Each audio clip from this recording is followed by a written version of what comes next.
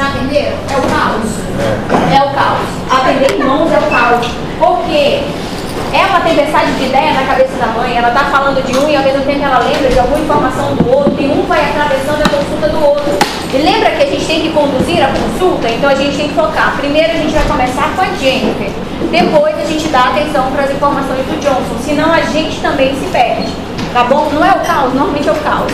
E quando atende gêmeos, então, que é o caos? O caos. Deixa eu só me achar.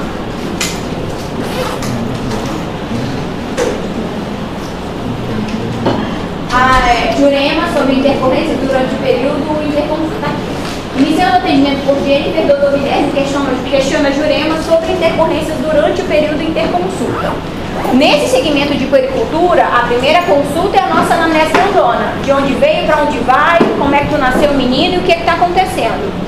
O segmento, a gente já tem aquelas informações no prontuário, então a gente começa o questionamento com intercorrências. Aconteceu alguma coisa que motivou essa consulta deste momento? Teve alguma internação, algo de diferente que tenha chamado a atenção da senhora? Então a gente tem esse tópico de intercorrências. Vocês, interconsulta na verdade, vocês já pegaram o segmento lá na mesa ou todos foram a primeira vez? Todo mundo pegou o segmento?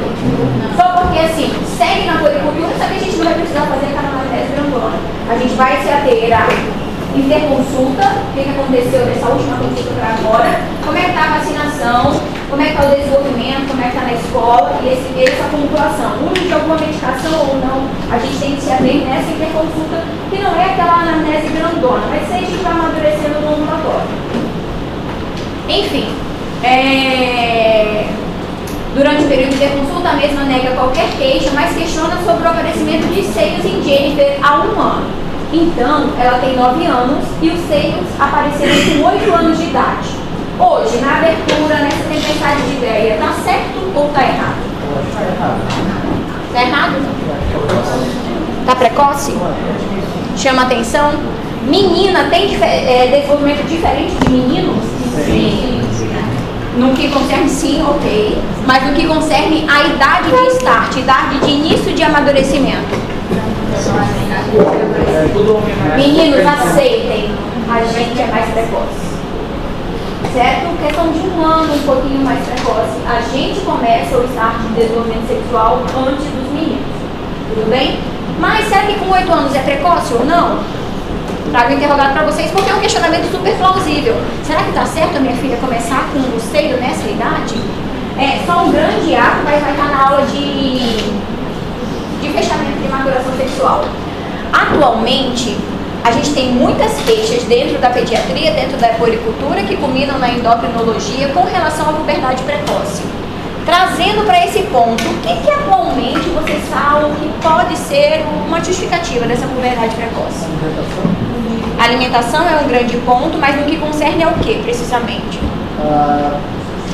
Eu já vi alguns falando que é alimentação, a questão hormonal, que tem muitos hormônios nos alimentos. E já vi dizendo também que antigamente a mulher entrava mais tarde do que hoje, por colocar assim, porque tinha uma certa carência de nutrientes.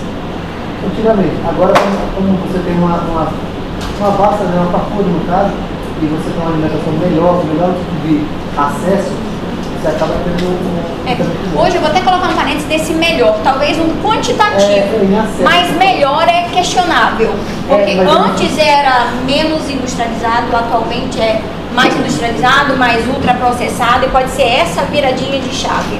Assim como, só um segundinho, criança bonitinha usando maquiagem? Não. Usando esmalte? Não. Exposição precoce. Tem shampoo. Criança pode usar os mesmos itens de higiene de adulto? Não. Tem apresentação infantil e tem um motivo para apresentação infantil. E não necessariamente aquilo que está no mercado como kits é adequado para a criança. Tem vários itens que a gente considera como disruptor endócrino, que vem para antecipar essa puberdade. Então, maquiagem infantil tem certas ressalvas. Esmalte infantil tem certas ressalvas. tem um aparelhinho que faz unha em gel e tem essa apresentação para a criança brincar também. É um baita disruptor endócrino e muitas vezes, por desinformação, a mãe está ofertando aquilo de presente de Natal para a criança e culmina numa puberdade precoce por aquela oferta. Entendeu? Então, muitas coisas que parecem inocentes são disruptores endócrinos. Foi? Aquele livro de a criança que a gente viu, a culpa em relação à roupa também, colocar não roupas infantis na criança ficar sexualizada. Exato. Também tem essa propensão à exposição. Perfeito. Pois bem, com 8 anos começa a pedir mama. Será que está correto ou não? Que idade será que começa no menino? Que idade será que começa na menina? E começa por onde? Será que o grande start inicial de puberdade é pelo surgimento da mama? Ou será que é por um cheirinho na axila? O que começa primeiro? Ou será que é por pelo pubiano? Hoje vocês sabem? Pelo? Quem dá mais, quem dá menos? Começa com pelo? A puberdade? Ou será que começa com a mama? Vocês estão vendo como é o start? Isso nessa consulta de segmento, a criança está com 7, 8 anos, já é conveniente a gente questionar: mãe, está sentindo algum cheirinho na axila dela? Está sentindo algum cheirinho na axila deles? Não é nada. Hoje, vocês são leigos até o momento como os pais. Então a gente tem que deter esse conhecimento para poder dar o start se está no momento adequado ou não. Da mesma forma como tem puberdade precoce, também tem puberdade tardia. Vamos lá. Observou que outros colegas da mesma idade da menina, mas acredita que seja normal, porque sua mãe fala que Jurema também ficou mocinha muito nova. O Dr. Guilherme respondeu que provavelmente ela já estava na idade correta para o desenvolvimento dos seios e queria responder depois que melhor examiná-la. Uma situação que chamou bastante a atenção do médico foi o fato de Jennifer estar visivelmente acima do peso, o que levou logo a questionar sobre hábitos alimentares. Então é outro ponto desse segmento de puericultura. Histórico alimentar. Existem várias formas de fazer o histórico alimentar. Como é que a Andressa orientou vocês? Perfeito. Eu gosto muito dessa forma de fazer.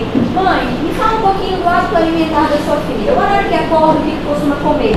E nisso a gente tem que ser bastante generalista, porque a mãe fala: hoje eu não lembro, hoje ela não tomou café. Então a gente tem que se fazer entender que não é pontual de hoje. Eu quero saber como é uma rotina na vida dessa criança. Como é que foi a última semana? O horário que acorda. Ai, doutora, acorda 11 horas.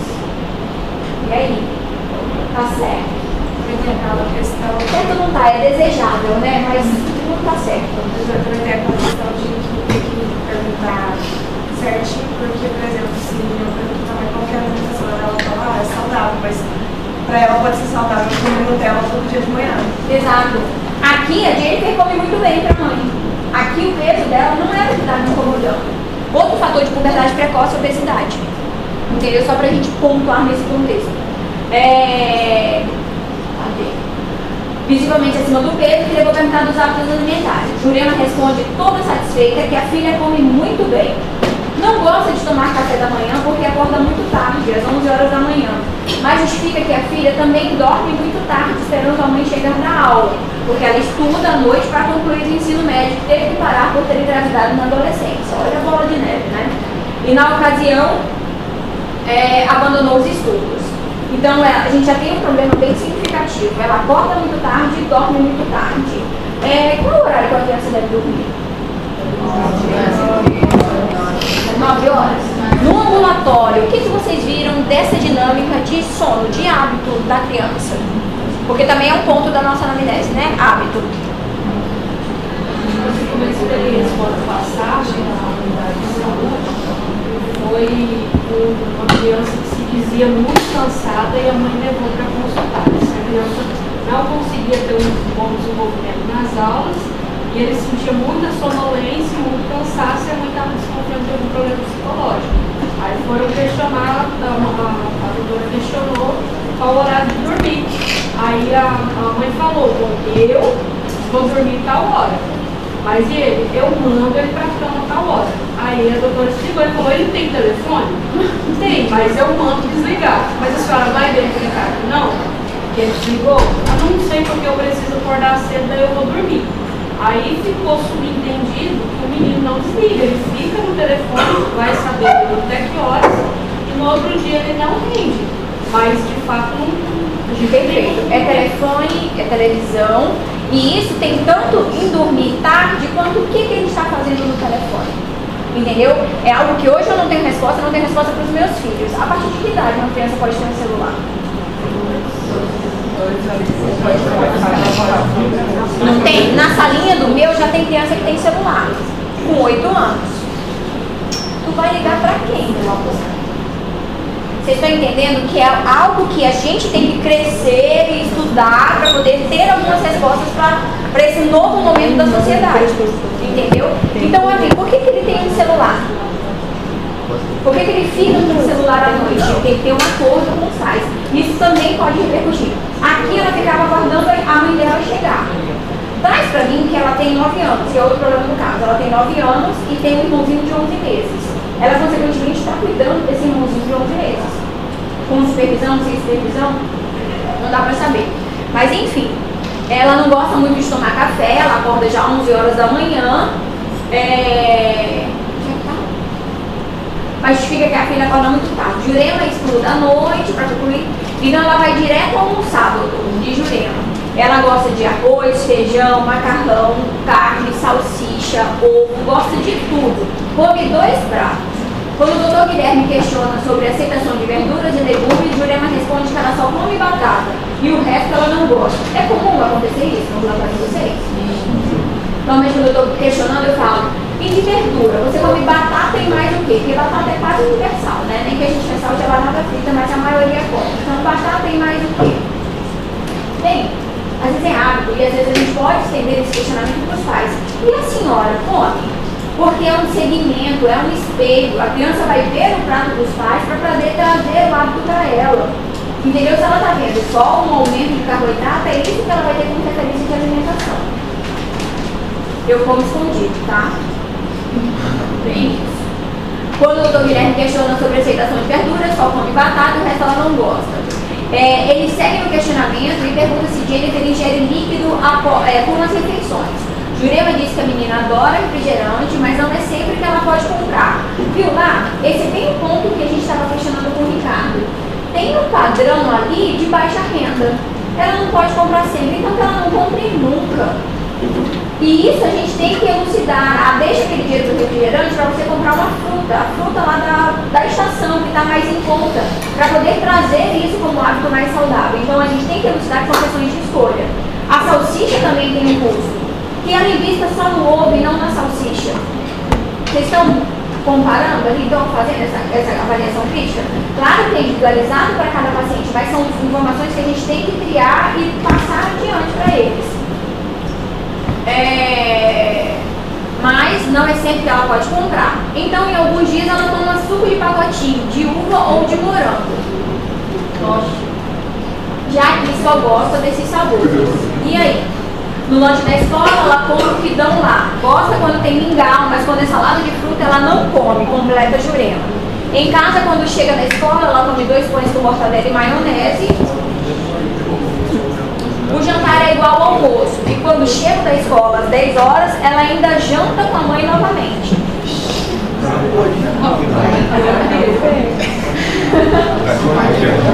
Ela janta 2 vezes, porque ela dorme tarde. E normalmente as crianças que dormem tarde começam a ter um hábito mais noturno de ingestão de alimento. Então a gente pondera, depois do jantar, é a última refeição? Antes de dormir ainda come alguma coisa? Ah, doutora, belisca.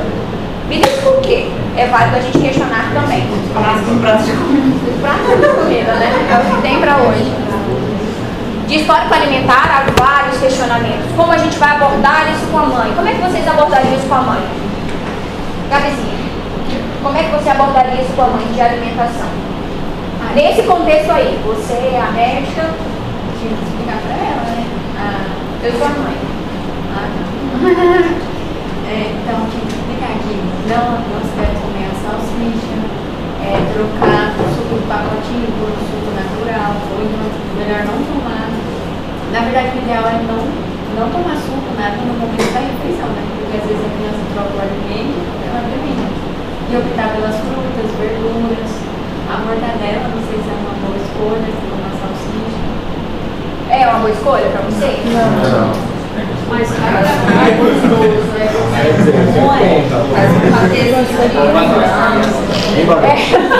Bem esse pensamento. Mãe, por que você falou? Porque eu sou adulto.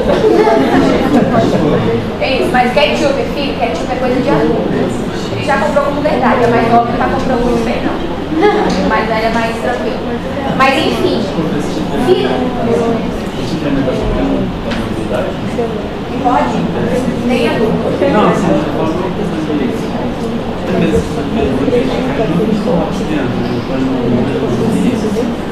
mas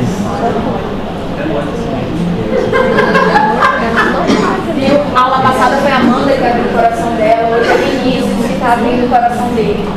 Gente, de hábito alimentar, a alimentação ela é construída desde a primeira infância, desde o aleitamento materno, desde a introdução alimentar.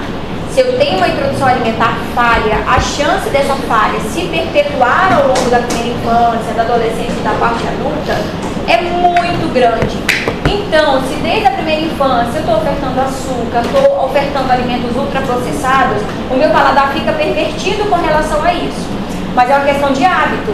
Todo dia tem que ter a fruta naquele horário, todo dia tem que ter 3 legumes na hora do almoço e assim a rotina dessa criança. Não que ela seja proibida de ter uma vida como uma criança normal, que a gente também tem que desmistificar isso. Não é o normal comer, tem que, não, em geral, não é isso. Uma amiga minha postou esse final de semana um questionamento. Que os restaurantes têm que se reinventar e se readaptar, porque o menu kids, vocês já tentaram para ver o menu kids? O que consta no menu kids? Arroz, farofa, E um feijãozinho.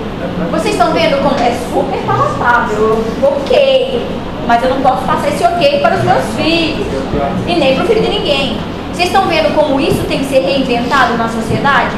É toda aula que eu falo, não, eu seguro ao máximo besteira, McDonald's, essas coisas, todo mundo fica com pena do João e da Maria. Vocês estão com pena do João e da Maria? Não. Muito obrigada. Muito me conforta, mas... Não, eu não mereço seu filho. Mas a gente tem que quebrar essa máxima, porque eu tenho que implementar essa alimentação saudável. Hoje, eles acordam numa rotina que já fala, mãe, eu quero fruta.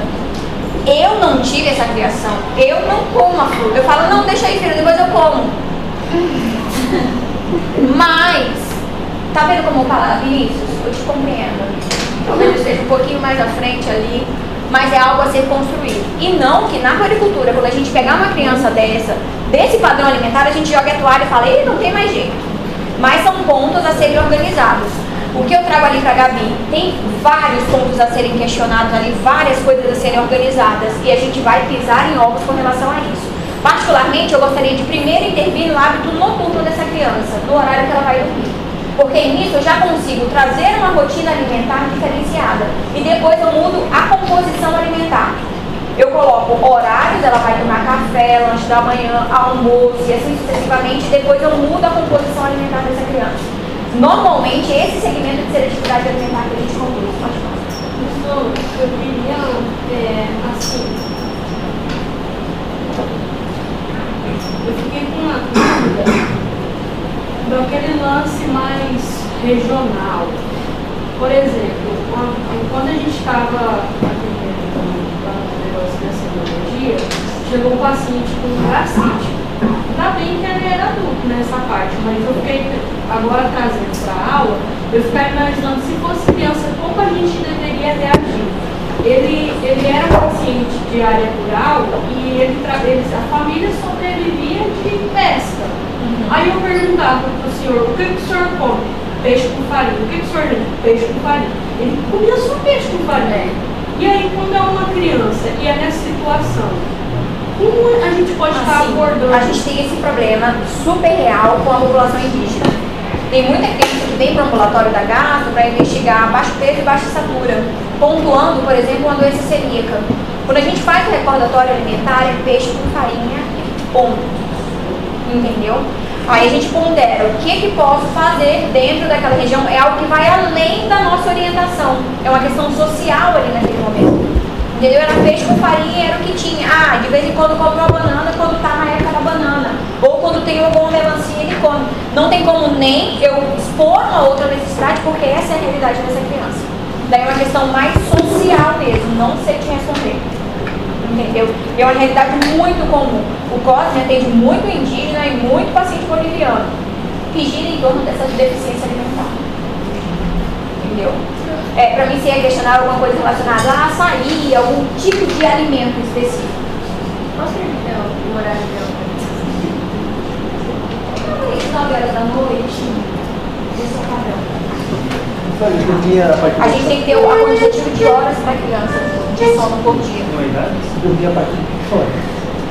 Dormir a partir de horas das 22? Depende da idade, porque a gente tem parâmetros. Latente jovem tem que dormir 12 horas. Conforme vai crescendo, esse quantitativo de horas necessárias vão diminuindo, entendeu? Pode ser que a criança durma 8 e tenha necessidade de sono dela. Pode ser que a criança durma 9 e tenha necessidade de sono dela. Vai que ela dorme 9 e estuda pela manhã. E aí segue, entendeu? Cada criança tem uma faixa etária e eu tenho uma particularidade. Normalmente a gente orienta a dormir 8, 9 horas da noite. Tá bom? Para acordar no próximo dia disposto. O meu filho mesmo fala, eu tenho que dormir para acordar disposto. De tanto que ele escuta, coitadinho. Uma página. Ele dorme 8 horas. Quanto à vacinação de Jennifer, fechou o nosso ponto da floricultura com relação à alimentação. É uma tempestade de ideias, às vezes eu tenho que fazer, meu Deus, por onde eu vou começar? Lembra que eu sempre falo, traz a mãe para ver por onde ela quer começar. Olha mãe, eu coloquei ela no gráfico, o gráfico é um aliado pra gente. E ela está fugindo muito do peso ideal para a faixa etária dela. Isso pode trazer algumas consequências, a gente vai aprender na aula de amanhã. Obesidade, mas mostra o gráfico para ela e aponta isso para ela. Por onde a senhora quer começar? Ah, a senhora não quer comprar refrigerante? Não, a gente não compra refrigerante. Ok? Ah, é a mortadela, a gente vai comprar o queijo. E vai ali auxiliando, porque às vezes é por falta de conhecimento, muitas vezes na verdade, é por falta de conhecimento. Tá? Fechou a alimentação, agora a gente vai para a vacinação. Quanto à vacinação de Jennifer, ela tem 9 anos. Ele avalia e constata que a última vacina foi com 6 anos de idade, sem relato de outras queixas no momento da avaliação. Hoje, de calendário vacinal, o que tem ali por perto ali da pré-adolescência? HPV. Então ali eu pontuo, já que eu saliento que a última vacina foi com 6 anos, está pendente o HPV para fazer para ela. Qual o momento que eu vou aplicar essa vacina? Naquele momento. Vai sair da consulta e isso a gente não pode perder oportunidades. Porque já que ela passou tanto tempo sem consultar, é nesse momento que a gente tem que oportunizar essa vacina. Certo? Exame físico, escolar, bom estado geral, ativa, reativa, nictérica, cianótica, febril, enfim, linda. Frequência cardíaca ideal, a pressão também está dentro de uma faixa de normalidade. Nada que tenha chamado a atenção no restante do exame físico, exceto o abdômen globoso, flácido, peristaltico, indolor, sem massa, orobissomegalia. Membros, sem edemas. Tem algo que me chama a atenção em perifâneros. Presença de mancha enegrecida em região de axila, bilateralmente e em região cervical.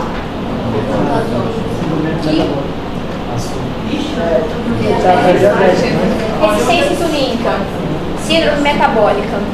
Tudo bem? Quando a gente coloca essa criança no gráfico, ela tá, gênito urinário, genitália feminina, P1, que é uma classificação que a gente vê para desenvolvimento de maturação sexual secundária, e M2, se eu não me engano. E M2, será que está adequado para uma criança de 9 anos eu ter essa definição de P1, M2? Hoje está obscuro, mas quando vocês forem ver desenvolvimento sexual secundário, é uma tabela que tem a fotinha da genitália e tem a fotinha da mama. Desde desenvolvimento de purificação, apresentação da purificação do menino, desde aumento de volume testicular, é o nosso primeiro ponto, tá? Dados antropométricos, ela tem 73 quilos, tem uma estatura de 1,53 m e um IMC de 31,2. Chama atenção? Mas a mãe salienta que ela come muito bem. Vocês estão vendo, é o caso, ok, é fictício, mas é muito real isso. Às vezes o que os pais têm como verdade absoluta, têm como estar seguindo, é inadequado. Não tem aquela máxima que criança bonitinha e criança gordinha? Ali, e a avó sempre pondera, tá tão magrinho, tá tão magrinho. Quando a gente coloca no gráfico tá normal, e é assim que vai seguir. Tudo bem? Obesidade, a gente estava andando no shopping, eu vi o garotinho tão gordinho, lindo, lindo. Saiu a pediatra e tô ali, oi. tão lindo. Aí eu virei pro Renan, lindo, né? Todo inflamado. Isso que a gente tem que ressaltar, a gente tem que trazer isso para a sociedade, que não é bonito. Tudo bem? Ali é um passo para uma criança ter resistência insulínica, ter diabetes, ter hipertensão. Ele é criança, certo? Meninos, na sequência, finalizou um, o Dr. Guilherme, após finalizar o exame de Jennifer, já seguiu com o questionamento sobre Johnson. Recordava que já havia o atendido umas 2 vezes apenas, sendo a última consulta com 4 meses de idade. O Johnson tem 11. Quantas vezes será que ele deveria ter ido à consulta? Uma vez por mês. Uma vez por mês, será? Crianças até 6 meses têm que ir com que frequência à consulta pediátrica? Depois de 6 meses, será que muda essa frequência de consulta? Será que espaça um pouquinho mais? E crianças acima de 1 ano, acima de 5 anos, com que frequência? Quem é? Eu sei que são crianças mais velhinhas, né? As mães aqui. Quais de idade mesmo? O menor tem 8. Com que frequência você leva de 8 na consulta? 1 vez por ano. 1 vez por ano. Tá certo. Eu tenho um de 12 e uma de 8. 1 vez por ano. No final do ano é quando eu levo os dois. Ok, dá o limpo ali nas crianças, dá remédio pra velho, barra, cabelo, bigode. E tá correto, eles já estão mais velhinhos, qualquer intercorrência. Eu levo ali, o pronto-atendimento eu levo pro meu pediatra assistente. Mas bebezinho menor, será que eu posso ter um espaçamento assim? Ou será que eu tenho muitos dados refinados a serem vistos? Será que o bebê de 4 meses passou até 11 meses? Que orientação de introdução alimentar ele teve? Já que a introdução alimentar é com 6 meses. Quem orientou? Deus, a avó, a vizinha. Por isso que é fundamental esse segmento, porque ali já começa o nó que a gente vai ver. Questionou que como estava a criança, a Jurema referiu que ele está bem, mas é melindroso. Relata que ele vive gripado, que só ameaça mudar o tempo, ele já fica doente. Opa! Será que ele tem alguma sensibilidade respiratória? Será que ele tem uma rinite, uma hipertrofia de adenoide? Para isso que serve a puericultura. Será que ele é só mudar o tempo? Será que é só esse questionamento? Ou será que tem alguma coisa que eu possa atenuar esses episódios respiratórios de repetição para essa criança? Para isso a gente está ali na puericultura. Toma sempre xarope de antibiótico, matou a pediatra, para melhorar o quadro. E refere que consegue com a vizinha que trabalha em uma farmácia. Já internou 2 vezes, uma com pneumonia e outra com diarreia. É normal a criança de 11 meses ter 2 internações? O que está acontecendo? Lembra que a gente pondera que fator nutricional interfere muito na imunidade. Pode ser esse o nosso gatilho ali para essa criança ser tão sensível e suscetível a quadros infecciosos. Essas 2 internações aí foi quando eu tinha 11 meses. Até 11 meses. Ele está perguntando da última consulta. Ele foi lá com 4 meses e o que aconteceu de 4 meses até 11 meses? Ele fica gripado com uma certa frequência, ele toma xarope de antibiótico com certa frequência e teve 2 internações.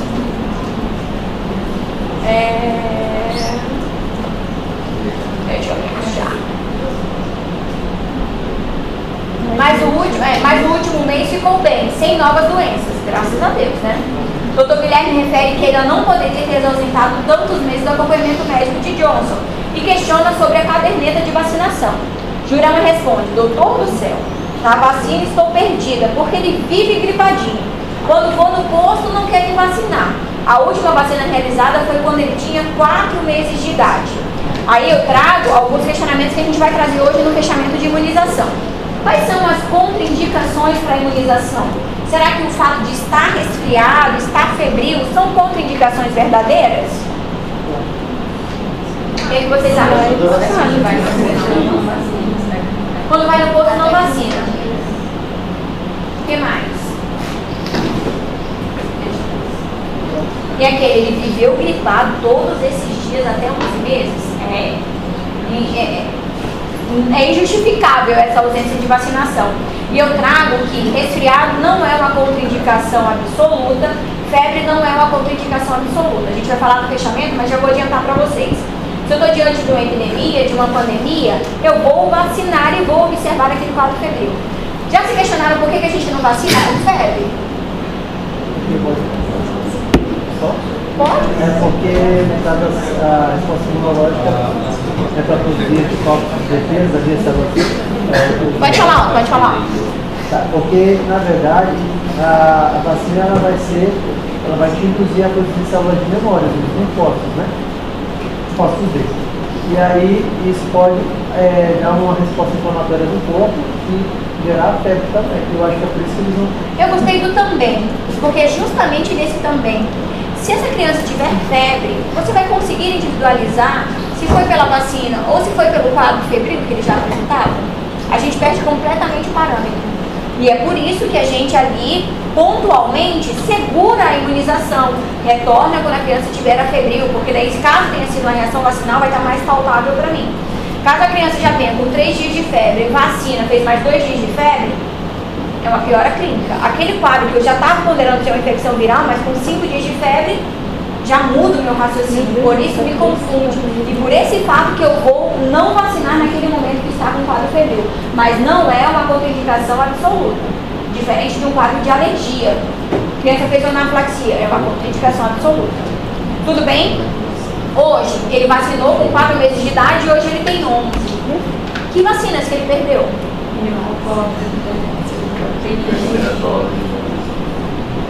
Pode falar, Gui, pode falar o calendário inteiro, porque o bichinho perdeu vacina. A gente tem algumas vacinas, a depender do calendário, são 2, 4 e 6 meses. Então, com 6 meses ele perdeu algumas. Com 7 meses ele perdeu gripe. Com 9 meses ele está ali para fazer febre amarela. Ele tem várias que ele perdeu. E é aquele momento, lembra que eu falei que é o momento da oportunidade? Nesse momento eu vou vacinar. E aí, ele vai virar uma peneira? Será que eu posso atualizar tudo que tem? Tem 8 atrasadas. É hoje. Vou dividir, eu posso fazer uma. Quais que eu posso fazer juntas? Quais que eu tenho que fazer separada? E eu fiz hoje. Será que eu peço para ele voltar aqui daqui semana que vem para eu poder atualizar o restante que está pendente? Vocês estão vendo que são informações que a gente precisa dar para essa mãe, auxiliar, ali, orientar o agente comunitário de saúde para falar, olha, daqui tantos dias, o menor prazo são 15 dias, ela vai voltar para atualizar o restante dessa vacina. Tudo bem? Ou daqui 30 dias ela vai voltar para atualizar o restante dessa vacina. E hoje eu posso fazer tais e tais e tais vacinas. Tá? Viu? Completamente real. Dr. Guilherme logo orienta e reforça a importância de manter o calendário vacinal atualizado. Quando questiona sobre a alimentação de Johnson, o Juliano responde que ele ainda mama no peito. Perfeito, ótimo. É o nosso segmento, que a gente aprendeu que até 6 meses, e vai salientar que é o fechamento de amamentação também. Até 6 meses exclusivo, até 2 anos ou mais complementado. Ele tem 11 meses, maravilhoso. Com o ponto de que essa amamentação não pode interferir na introdução alimentar. Não pode interferir no padrão do restante da minha alimentação. Mama no peito e toma mamadeira de leite de vaca. Aí, quando a gente fez esse caso, ainda não tinha saído uma atualização da Sociedade Brasileira de Pediatria, para falar a verdade, é uma respaldado pela SBP, mas foi da OMS. Antigamente, a orientação de leite de vaca, a gente vai ver no fechamento de alimentação, só era a partir de 1 ano de idade. Agora, isso foi antecipado para 6 meses de idade. Tá? Pode falar. A gente faz, não é o preconizado, ainda tem, é o preconizado no caso, mas ainda tem uma sobrecarga. Foi muito questionável isso quando a sociedade lançou. Por que lançou? Para abranger a população que não teria condições de comprar alguma fórmula, por isso que normalizou o leite de vaca para menor de 1 ano? Talvez. Mas enfim, ele toma leite de vaca. Cadê? E que aceita pobremente a comida. Tá aí um ponto para justificar essas interrupções de repetição que ele está tendo. O doutor questiona sobre o desenvolvimento dele. Pouquinho, ele aceita pobremente a comida. O que ficou falho nessa coleta histórica para vocês que foi em aberto?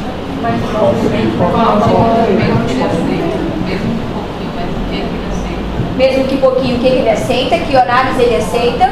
Ele toma leite de vaca. Alguém sabe qual o volume que ele toma, com que frequência ele toma? Tem crianças com esse padrão de erro alimentar que nessa idade tomam 1,5 litro de leite. Ele realmente não vai comer, ele está saciado o tempo inteiro. Ele pode não estar nutrido, mas ele vai estar saciado. Pode não. É importante a gente perguntar, por exemplo, se é leite de caixinha ou... Pode ser, porque às vezes pode ter erro de diluição. Quando é fórmula, é super importante também a gente questionar como é que a senhora prepara. A água que a senhora usa é qual água? E assim sucessivamente. Porque ela pode estar muito bem preparando equivocado esse leite dessa criança. Perfeito. De alimentação a gente já identificou algumas falhas que são importantes para a gente ter um raciocínio em cima disso. O doutor questiona sobre o desenvolvimento dele. Com 11 meses, uma criança com 11 meses é para fazer o quê? Sentar, porque teoricamente ele já come, então come ele com 6 meses ele senta. Engatinhar, andando, talvez.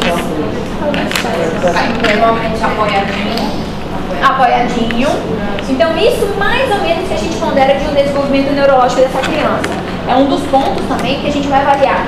Olha como esse primeiro segmento, dos primeiros 2 anos, é fundamental esse amarrado da puericultura, essas consultas mais frequentes, porque de um mês para outro, a gente até brinca, são ligadas várias chavinhas de desenvolvimento dessa criança. Caso tenha algum atraso, caso tenha alguma alteração, a gente tem que estar de prontidão para intervir o mais precoce possível. A criança tem um padrão de neurodesenvolvimento que vai até 5 anos de idade, em que ela responde a estímulos caso tenha algum atraso. Então a gente tem que estar ali na puericultura super atento para não perder o time desse desenvolvimento, dessa neuroplasticidade. Por isso que a puericultura é tão importante, por isso que orientar e salientar, a senhora vai voltar daqui 30 dias para a gente fazer esse segmento é tão importante. Mas enfim, o que ele faz? Engatinhando ou andando? Aí ele já está engatinhando ou andando. E Jurema respondeu muito confiante que sim, desde os 9 meses. E aí, está errado? Desde os 9 meses ele está andando? Não. Dentro da caderneta de vacinação, a gente folheia lá e eu tenho faixas de normalidade. Ele pode sim começar a andar com 9 meses, assim como ele pode começar a andar só com 1 ano e meio. Não tem alteração, tá normal, tá dentro de uma faixa de normalidade. Dente começa com que idade, meninos? Dente. Sim. Pode nascer com dente? Pode nascer. Super pode nascer com dente. Não é comum, graças a Deus, para o seio da mãe, não é comum nascer com dente. Já sentiu a dor, né? Ok. Normalmente com 4, 5 meses começam a nascer os primeiros dentinhos. Mas eu posso ter o nascimento dos meus dentinhos até que idade? Até 18 meses podem começar a nascer os dentinhos. A maioria começa com 4 até 6 meses de idade, mas até 18 meses pode nascer e tá normal. Certo? Nunca tinha se questionado disso, né? Até começar a nascer? Até começar a nascer. Então procede o exame físico. O exame físico, ele está em bom estado geral. O que chama a atenção é que ele está incorporado. É compatível ele estar incorporado? Sim. Ele não come, né? 2 cruzes em 4, mas está hidratado. O restante está sob controle do exame físico dele. Membros sem edema, genitália típica masculina sem alterações. É super importante a gente ver se o testículo está tóxico, se tem menção a alguma hérnia, porque é onde a gente vai identificar as possíveis complicações. Ele está pesando 8,3 quilos e tem para 11 meses, tá bom? 8,3. Tá bom? Tá muito? Tá pouco? Vou te falar que eu não sei, eu vou colocar esse menino no gráfico.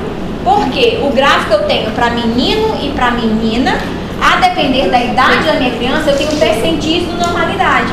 Às vezes, a maioria das crianças com 1 ano de idade está pesando 10 quilos, mas 8,3 pode ser que ele não seja o percentil 50, pode ser que ele seja o percentil 15, que também é normal. Eu tenho essa faixa de normalidade que é o que a gente vai ver amanhã. Tá? E o que é importante salientar? Ele nasceu no percentil 15 e ele vem seguindo no percentil 15, tá tudo bem. Se ele nasceu no percentil 50 e vem decaindo no decorrer desse desenvolvimento, dessa alimentação, me chama a atenção. Mesmo estando dentro de uma faixa de normalidade.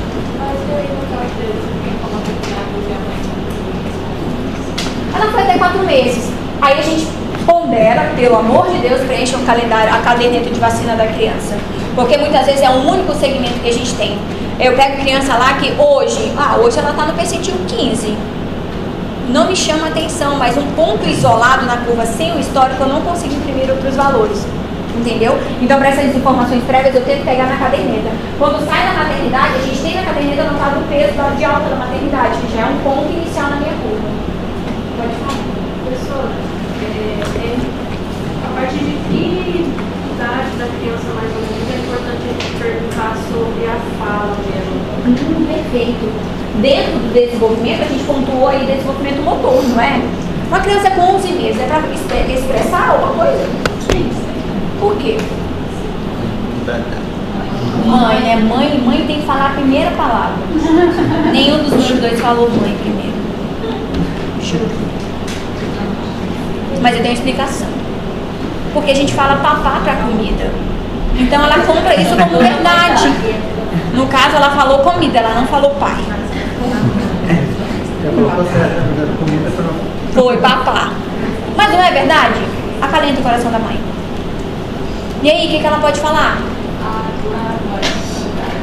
Ela emite alguns sons, ela começa a balbuciar e pode até falar algumas coisas com sentido de água, algo parecido com água ali, mas que ela se faz entender. Já tem uma via de comunicação. Ela já segue os objetos, ela já aponta o que ela quer. Uma criança com 2 anos de idade, habitualmente tem que falar 50 palavras com sentido. E hoje a gente está vendo bastante atraso de fala em que as crianças estão fechando ali 2 anos e tem uma linguagem muito aquém do que é o necessário. Tudo bem? Aí a gente pergunta, mãe, o que ela já fala? Fala pra mim o que ela já fala. Ah, vou anotando ali o que ela já fala, porque é extremamente importante. Esse padrão de desenvolvimento neurológico, tanto motor, grosso e fino. Um exemplo, crianças maiorzinhas. Já tá subindo escada? Tá. Fica em pé num pé só? Gente, é um desenvolvimento neurológico absurdo ficar em pé no pé só. Assim como subir escada alternando os pés. Vocês já se atentaram a isso? Veja uma criança pequena no shopping que seja. Às vezes ela vai subindo. Quando ela começa a alternar os passos, a gente fala, caramba, ligou uma chavinha. Pra gente é tão automático enquanto adulto, mas pra criança é muito importante, tá? Desenvolvimento motor fino. Tá empilhando objetos? Como é que ela segura a caneta? Como é que ela segura o lápis? A gente acha que é uma diversão pura, mas tem um sentido aqueles brinquedos ali no consultório. Eu estou colhendo ali a anamnese, mas eu já estou vendo algum padrão de comportamento dessa minha criança. Quando eu peço para subir uma escada, eu atendi um paciente ontem, não sei, estou perdida na semana, que veio porque fez exames de rotina, só um parêntese, e tinha TGO e TGP alterada. A gente tem um valor de referência que vai até 50, 60, o dele estava de 600. Então, a princípio, veio para hepato para algum problema de fígado. Quando a criança entrou, eu já achei ela estruturalmente diferente.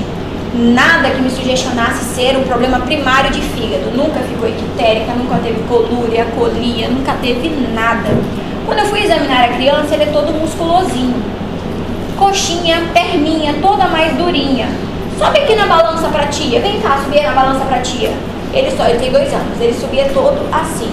Pula pra tia, uma distrofia muscular, uma doença degenerativa gravíssima nessa minha criança, que foi o meu primeiro start. Eu ainda não fechei o diagnóstico, estão faltando alguns exames, mas me chamou a atenção o padrão de desenvolvimento. Aí quando eu questionei pro pai, ele pula normal como as outras crianças ou tem algo que chamou a atenção? Ah, doutora, realmente, quando eu tô pulando com ele, ou mesmo no pula-pula, ele não pula como as outras crianças. Já chama atenção. E às vezes na puericultura a gente pode falar, tem alguma coisa que chama atenção para vocês?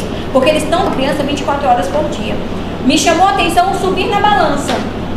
Eu poderia nem ter visto, eu poderia estar anotando alguma coisa e ele subisse na balança e eu não ter essa observação. Por isso que é importante eu questionar isso para os pais também. E é algo assim simples, o subir na balança foi o start para o meu diagnóstico para essa criança.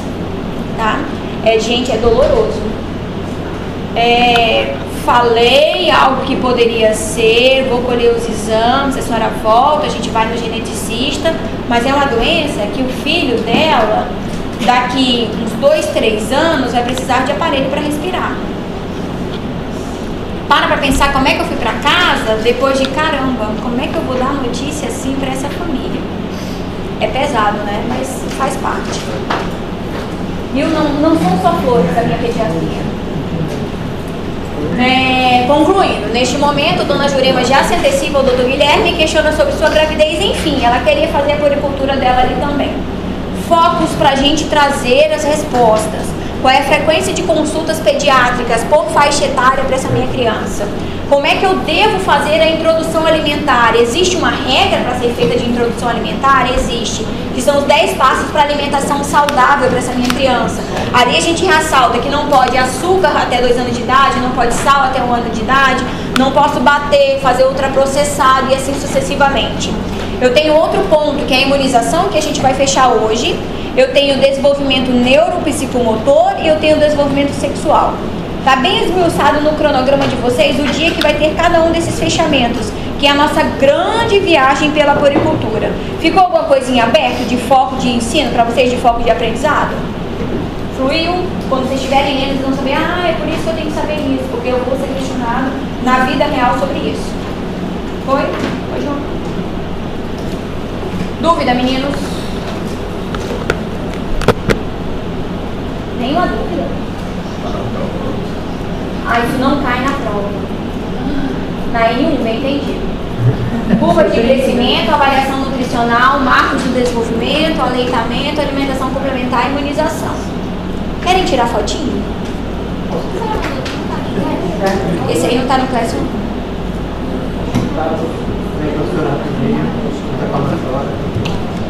Gente, um tira e manda no grupo. É só mandar no grupo.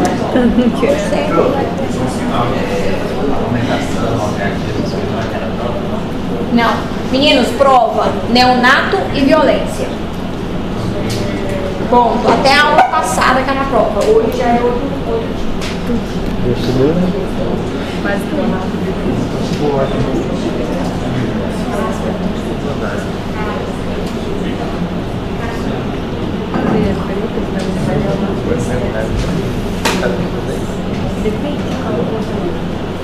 já comecei para vocês que não gostam muito, né? Não, eu já sei que todos. Tanto é que eu não dou uma aula de neo, gente. Tem que ter uma explicação. Eu sou do icterício, que é da minha especialidade.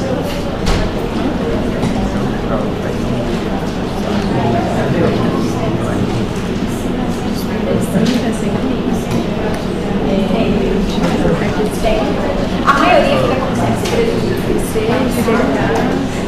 meninos, que abrem meu coração, né? Amanda, Vinícius, fiquem à vontade. Eu também já abri, Nel, não rola.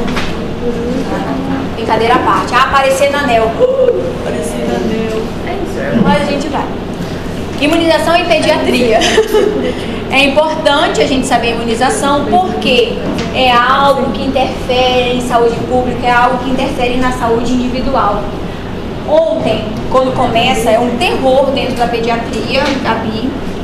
Abril, começa em março, abril e maio, às vezes até perdura no sudeste até junho.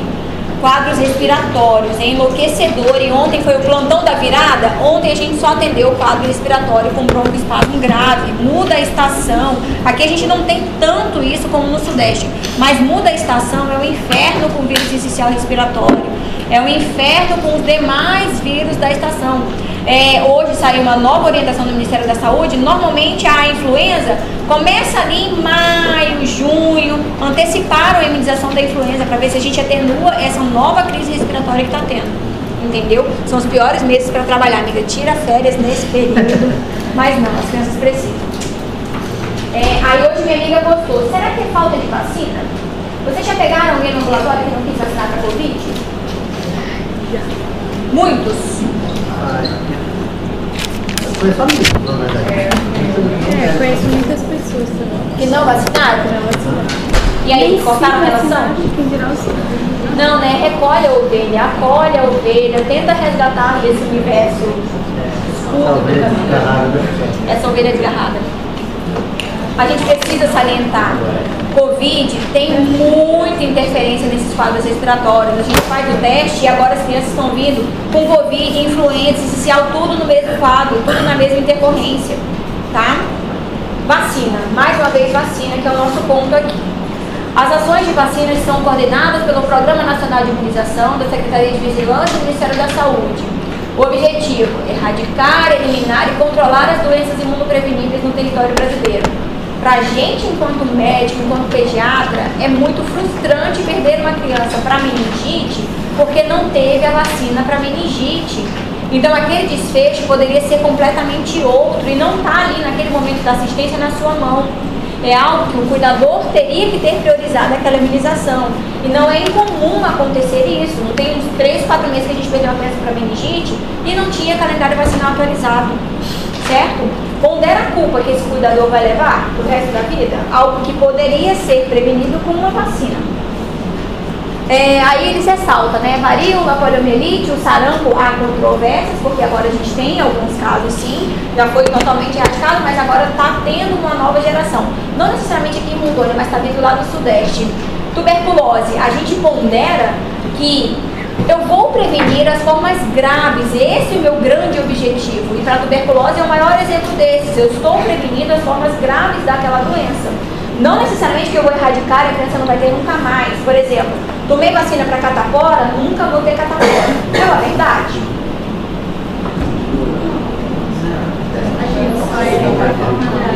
Evita a forma grave. Eu posso ter uma forma bem discreta, bem tranquila. Se eu não tenho, nunca tive, eu sou como você, nunca tive catapora, não sei, meus primos todos tiveram, eu nunca tive, eu não sei que bolha minha mãe me colocou, mas eu nunca tive. Comecei o internato, sempre quis fazer ali a pediatria, sempre gostei de criança. O que eu vou fazer? Me abraçar com a criança para pegar logo? Pode tomar vacina, nunca tinha tomado. Aí eu tomo a vacina, entendeu? Para eu me proteger. Enquanto profissional de saúde, enquanto exposição, mesmo que eu não vá fazer pediatria, eu tenho uma vacina que vai me proteger contra alguma doença infecciosa. Então eu tomo vacina. Caso você tenha tido um contato, isso a gente vai ver na aula de doenças temáticas, que não tomei a vacina, abracei aquela criança, não sabia, 2 dias depois a criança toda abriu o quadro, eu posso fazer imunoglobulina. Tá bom? Isso aí toma no SUS ou é particular? Toma no SUS. Tomar no SUS. Vai lá enquanto profissional de saúde. Quando você for entrar no internato, dá pra você já atualizar. Tá bom? Eu também quando eu fui entrar no internato. O que é importante de vacina? Vou trazer uma pergunta que é extremamente comum. Dentro da minha área, não, eu falei no internato.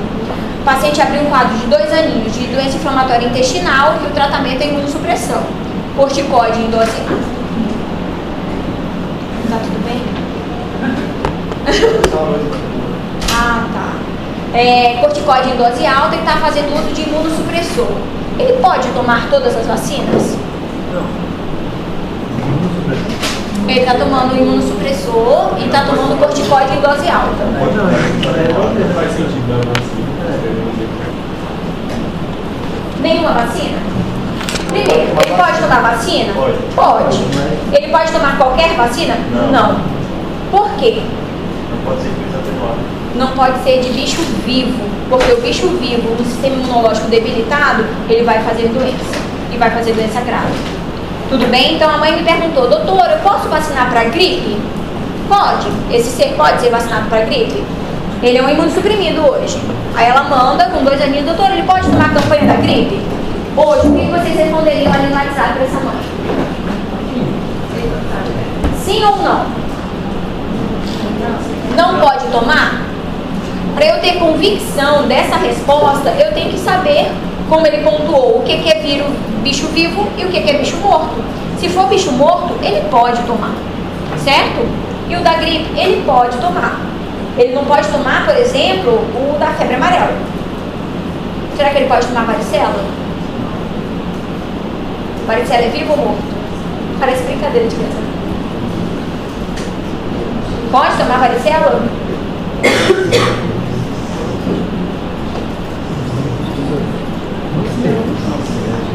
Vou responder não, vou trazer esse questionamento para vocês me responderem. Tudo bem? Pra falar a verdade, eu vou responder no decorrer da aula, porque eu não aguento. A minha máxima, se ele é imunossuprimido, ele não pode tomar nenhuma vacina de bicho vivo. Mas para eu saber se ele pode ou não, eu tenho que é uma informação, ok, isso aí eu tenho que levar para a vida. Quem é vivo e quem é morto. Tudo bem? Decorar aquele calendário de imunização, vocês viram? Calendário de imunização, letra bem pequenininha, um monte de tabela, 2, 4, 6 meses, um monte de sigla. Senta e decora. Passou a prova, você vai esquecer. Mas são detalhes que vocês têm que levar para o resto da vida. Quem é vivo, quem é morto. Saber qual é a dose, essas coisas, isso aí é automático. Vai lá e já dá uma olhadinha. Essas outras nuances, isso aí é conhecimento que vocês têm que levar para a vida. Tá? Quais são os tipos de imunidade? Imunidade natural e imunidade artificial. Natural, tu pega a doença. Ou clinicamente evidente, ou clinicamente não evidente. Ou aquela natural passada pelo seio materno, passada pela placenta. Ou a imunidade artificial, que é aquele contato direto com a vacina ou com a imunoglobulina. A imunoglobulina é algo que eu tô ali, É uma exposição que não dá tempo de eu vacinar para esperar o organismo produzir anticorpos. Eu preciso para ontem daqueles anticorpos. Então eu já dou o anticorpo para aquela criança, para aquela situação. O soro, né? Que é o soro, exato.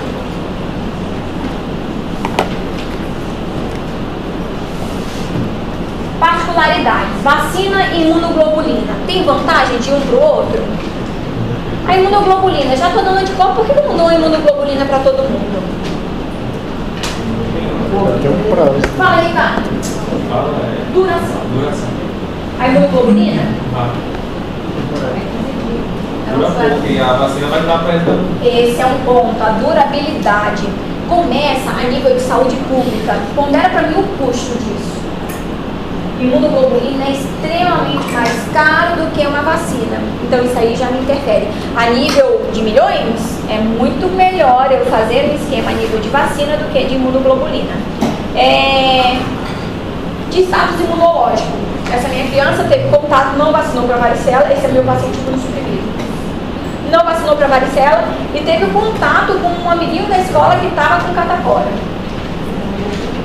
Não posso vacinar porque ele não tem sistema imunológico para isso, mas ele precisa estar protegido. Eu vou fazer imunoglobulina. Então a imunoglobulina tem situações de eleição, principalmente em pacientes imunossuprimidos, em situações em que eu não tenho tempo para aguardar essa virada sorológica. Outra vantagem da vacina, por exemplo, pode falar que ela é mais duradoura, é válido. O que mais? Eu faço a imunoglobulina no contato precoce sem ser vacinado. Aí ele teve uma resposta, teve uma cura, tá? Ou foi precavido? Pode vacinar a criança? Pode. Não é não. Esse Ricardo pontua. Eu fiz a imunoglobulina, ela está protegida ali por 8 semanas. E assim vai, 12 semanas no máximo. Depois esses anticorpos caem, porque eles não foram estimulados no meu organismo, eles foram acrescentados ao meu organismo. E para eu ter uma resposta duradoura e persistente, eu só tenho consigo fazer com vacina. Entendeu? Eu faço, mas não me contraindica em situações que eu não tenho paciente imunossuprimido, de depois daquele período eu fazer a vacina. E é recomendado eu fazer a vacina. O que mais, meninos? Disponibilidade. A gente tem um paciente que estava avaliando, era Kawasaki, eu acho. A gente vai ter aula de deficiência temática que vai discutir Kawasaki. E um dos tratamentos para Kawasaki é imunoglobulina. E não tem disponível a imunoglobulina para essa criança. E a gente vai dimensionando isso. O que eu posso fazer para atenuar a necessidade dessa imunoglobulina? Para vocês terem noção, dependendo do fator, cada dose custa R$100 mil e assim vai. De tão caro que é, só para a gente ter uma noção. Fatores que interferem na resposta imunológica. Fatores inerentes à própria vacina. Por que tem gente que converte a hepatite B e outras pessoas que não convertem a hepatite B? Vocês já tiveram isso? Vocês já coletaram? Vocês já viram se vocês foram converteram a hepatite B? Todo mundo já coletou? Não? Vocês podem estar vacinados. Estou protegido? Não sei. Certo? É importante coletar até antes de entrar no internado, para ver se eu tenho que fazer alguma dose de reforço, para ver se eu sou convertido ou não. Tudo bem? Todo mundo vacinado? Todo mundo foi convertido? Não sei. Não foi convertido? Já veio a mais? Ave Maria, aceita. Por que será que ela não se converteu, gente? Porque é individual, é do hospedeiro. É algo inerente a fatores da própria vacina e algo inerente a fatores do hospedeiro. Por que pra gente, não, eu estou totalmente protegida contra a tuberculose e a pessoa do lado teve um caso leve de tuberculose. Ambos são vacinados, mas cada um tem a resposta individual do hospedeiro, que vai depender de uso de medicação, de status nutricional, de idade da criança também. Fatores inerentes ao organismo, idade, doença de base, uso de imunossupressor. Fatores inerentes às vacinas, o mecanismo de ação das vacinas são diferentes, variando segundo cada componente. Vacina, o imunobiológico contém um ou mais agentes imunizantes. Correto isso? Ou cada vacina tem só um bicho? Tríplice viral, tríplice bacteriana, penta, hexa, vai lá e peneira o menino. Não necessariamente é super vantajoso eu fazer isso associado, porque eu estou protegendo contra 6 bichos numa só furadinha, tá? A imunização da infância é primordial e as apresentações podem ser... Não tem umas vacinas que dói mais que as outras? Vocês questionam por que uma dói mais que a outra? Foi o aplicador, a mão dele é boa. Essa é minha mãe. A mão dele é boa, quando ela quer que eu aplique vitamina nela. Não, sua mão é ótima. Acho que a lipossolúvel dói mais. A lipossolúvel dói mais. Água dói mais. Água dói mais. A gente vai testar, quer testar? Vamos lá, na prática. A água dói mais, então depende tanto do veículo quanto do adjuvante. Tem umas que realmente ficam doloridas com o passar do tempo, porque elas vêm em conjunto com o alumínio. Por que o alumínio está ali? Para estimular uma resposta inflamatória local e com isso trazer os anticorpos para esse padrão local. Tem uma justificativa para isso. Vocês tinham se questionado já com relação a isso? Por que dói? Ah, porque aplicou dormir por cima do braço, por isso que está doendo. Tem um efeito. A gente tem o efeito ali do alumínio, principalmente para interferir com isso. E você não vai fazer mais. Fala, João, qual é?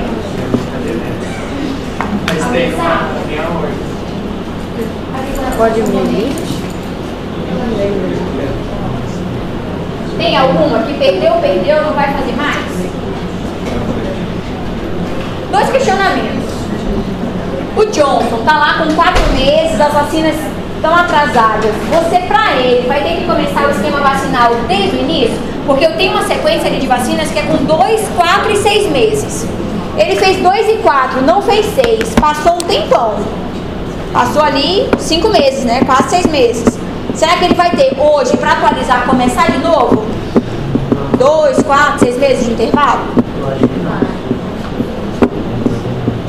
Vai ter que começar de novo?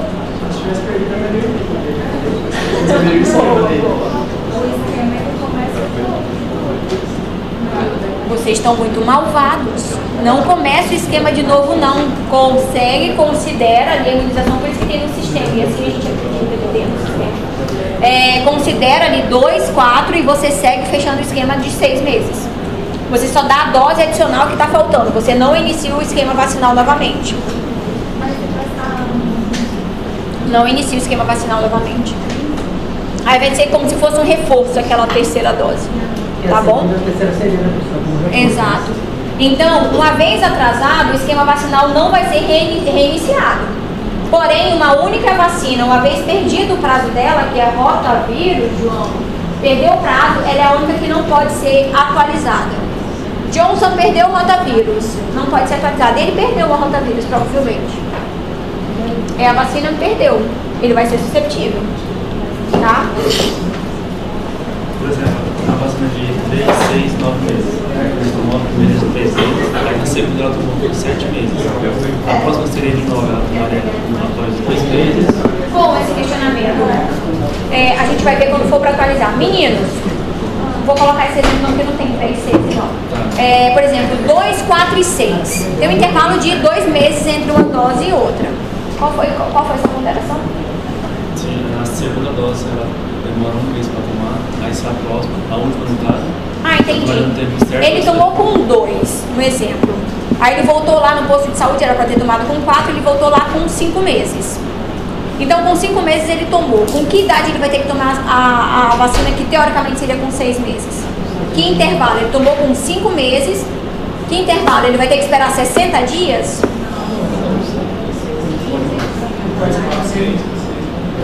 Não, ele vai tomar com 6 meses. Eu mantenho porque a imensa maioria precisa de um intervalo ali de 30 dias de uma dose para outra. A depender da atualização, eu posso encurtar esse intervalo com até 15 dias. Então, essa criança que fez a primeira dose com 2, a segunda dose teria que ser com 4, ele fez com 5 meses, a terceira dose, que era para ser com 6, ele vai fazer com 6. Deu nó? Fluiu? Tá bom? Mas a gente já vai ver lá para atualização, deu certo? Eu não preciso esperar ali os 2 meses, que era de 2, 4 e 6. Eu atualizo o calendário vacinal. Quando tem atrasado, eu vou sempre trabalhar de uma forma para atualizar o mais breve possível. Porque querendo ou não, essa criança já está mais exposta, né? Inativadas, super importante esse slide para mim. Inativadas, VIP, que é contra o quê? Hoje eu vou dar um desconto porque vocês não leram. É contra pólio. hepatite B, hepatite A, difteria, tétano, coqueluche, influenza. Meninos, leiam e estudem direitinho, porque na prova vocês vivem confundindo a composição dessas vacinas. E quando mata a criança, isso eu já falei no primeiro dia que a gente se conheceu, não tem como eu considerar nem meio certo. Tu colocou lá 8 certos, a 9ª tu colocou uma errada, tu matou a criança, então vai desconsiderar todos os outros. Ah não, morreu, mas eu fiz metade certo. Não rola.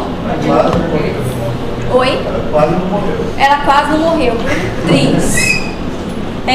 Meningite, o hemófilos e HPV. Mecanismos não vivos ou suas frações que não se replicam nem provocam doença subclínica. Essas aqui podem ser feitas no universo. Podem ser feitas para gestante, imunossuprimido. Posso atualizar quando eu quiser. Elas não vão ter maiores interferências. O meu grande calo, a minha grande pedrinha no sapato vão ser quando eu estou mexendo com bicho vivo.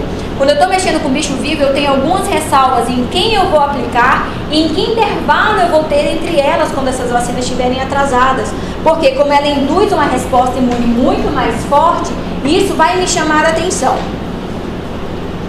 Mecanismos imunogênicos, porém com a vantagem de não serem virulentas, precisam de adjuvante. Aqui é uma que tem alumínio, certamente.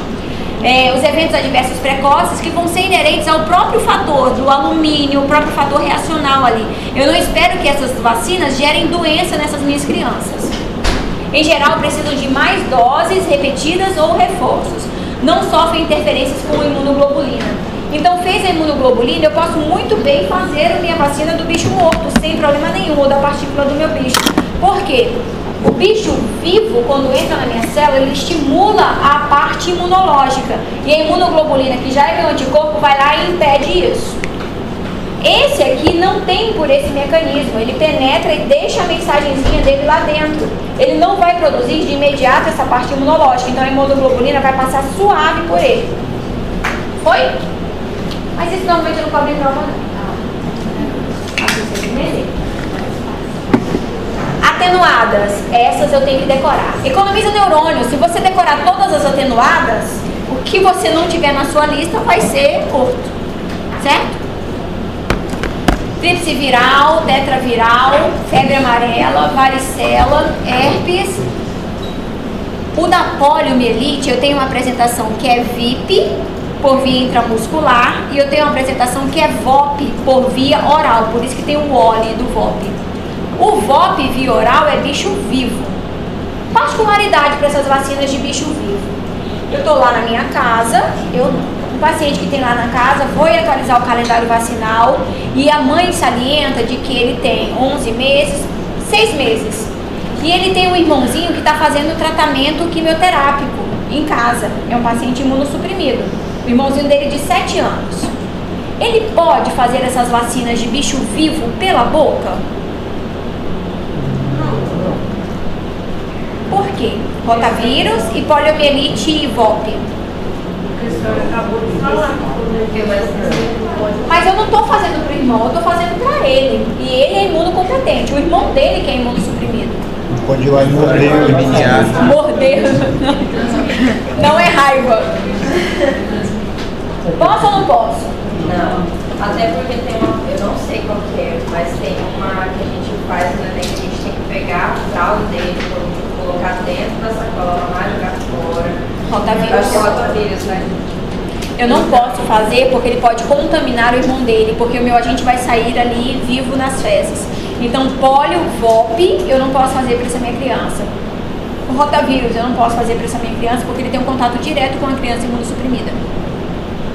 Vocês viram a nuance? Isso que eu estou trazendo para vocês. Sentar e decorar mecanicamente aquele calendário vacinal, qualquer um vai fazer. Saber essas nuances de que, oi, o irmãozinho dele está tratando com quimioterapia. Ah, então para esse eu vou fazer VIP.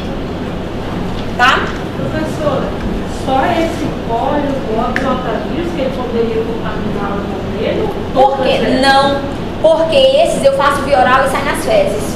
Os outros eu faço venoso. Ou faço intramuscular. Tá bom? Só esse, excelente questionamento. Não sei se vocês tinham se atentado para isso. Por que só essas duas vivas que não pode? Oral. Nenhuma dessas vai poder se o meu paciente for o imunossuprimido. Essas outras que saem pelo meu cocô, não pode fazer se ele tiver contato com o meu paciente imunossuprimido. Que foi, meninas?